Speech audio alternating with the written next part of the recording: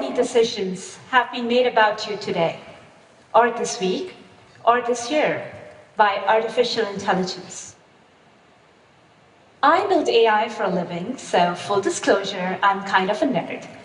And because I'm kind of a nerd, wherever some new news story comes out about artificial intelligence stealing all our jobs, or robots getting citizenship of an actual country, I'm the person my friends and followers message freaking out about the future.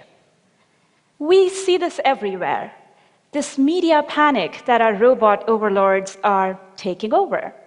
We could blame Hollywood for that, but in reality, that's not the problem we should be focusing on.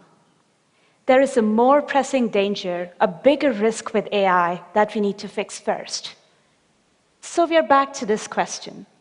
How many decisions have been made about you today by AI? And how many of these were based on your gender, your race, or your background? Algorithms are being used all the time to make decisions about who we are and what we want. Some of the women in this room will know what I'm talking about if you've been made to sit through those pregnancy test adverts on YouTube like 1,000 times, or you've scrolled past adverts of fertility clinics on your Facebook feed, or in my case, Indian marriage bureaus. But AI isn't just being used to make decisions about what products we want to buy or which show we want to binge watch next. I wonder how you'd feel about someone who thought things like this. A Black or Latino person is less likely than a white person to pay off their loan on time. A person called John makes a better programmer than a person called Mary. A Black man is more likely to be a repeat offender than a white man. You're probably thinking, wow, that sounds like a pretty sexist, racist person, right? These are some real decisions that AI has made very recently based on the biases it has learned from us, from the humans. AI is being used to help decide whether or not you get that job interview, how much you pay for your car insurance, how good your credit score is, and even what rating you get in your annual performance review. But these decisions are all being filtered through its assumptions about our identity, our race, our gender, our age. How is that happening? Now imagine an AI is helping a hiring manager find the next tech leader in the company. So far, the manager has been hiring mostly men. So the AI learns men are more likely to be programmers than women. And it's a very short leap from there to men make better programmers than women. We have reinforced our own bias into the AI, and now it's screening out female candidates. Hang on, if a human hiring manager did that, we'd be outraged. We wouldn't allow it. This kind of gender discrimination is not okay. And yet somehow, AI has become above the law because a machine made the decision. That's not it. We are also reinforcing our bias in how we interact with AI. How often do you use a voice assistant like Siri, Alexa, or even Cortana? They all have two things in common. One, they can never get my name right. And second, they are all female. They're designed to be your obedient servants, turning your lights on and off, ordering your shopping. You get male AIs too, but they tend to be more high-powered, like IBM Watson making business decisions, Salesforce Einstein, or Ross, the robot lawyer. So poor robots, even they suffer from sexism in the workplace.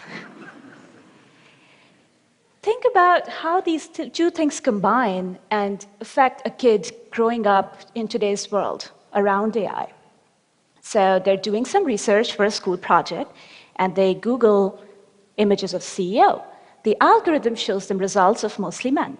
And now they Google personal assistant. As you can guess, it shows them mostly females. And then they want to put on some music and maybe order some food, and now they're barking orders at a female voice obedient female voice assistant. Some of our brightest minds are creating this technology today. Technology that they could have created in any way they wanted. And yet, they've chosen to create it in the style of 1950s Mad Men secretary. Yay! But okay, don't worry. This is not going to end with me telling you that we're all heading towards sexist, racist machines running the world. The good news about AI is that it is entirely within our control. We get to teach the right values, the right ethics to AI. So there are 3 things we can do. 1, we can be aware of our own biases and the bias in machines around us. 2, we can make sure there are diverse teams building this technology. And 3, we have to give it diverse experiences to learn from. I can talk about the first 2 from personal experience.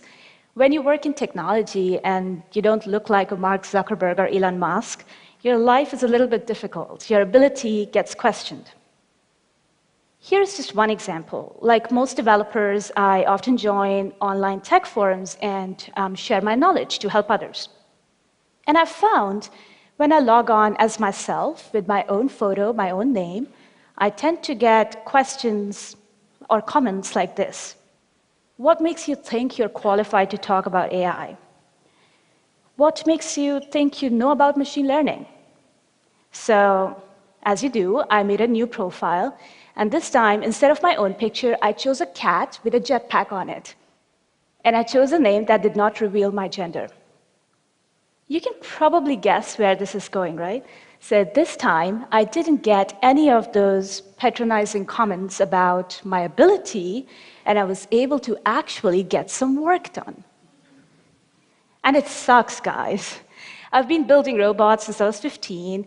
I have a few degrees in computer science, and yet I had to hide my gender in order for my work to be taken seriously. So what's going on here? Are men just better at technology than women? Another study found that when women coders on one platform hid their gender, like myself, their code was accepted 4% more than men. So this is not about the talent. This is about an elitism in AI that says a programmer needs to look like a certain person. What we really need to do to make AI better is bring people from all kinds of backgrounds.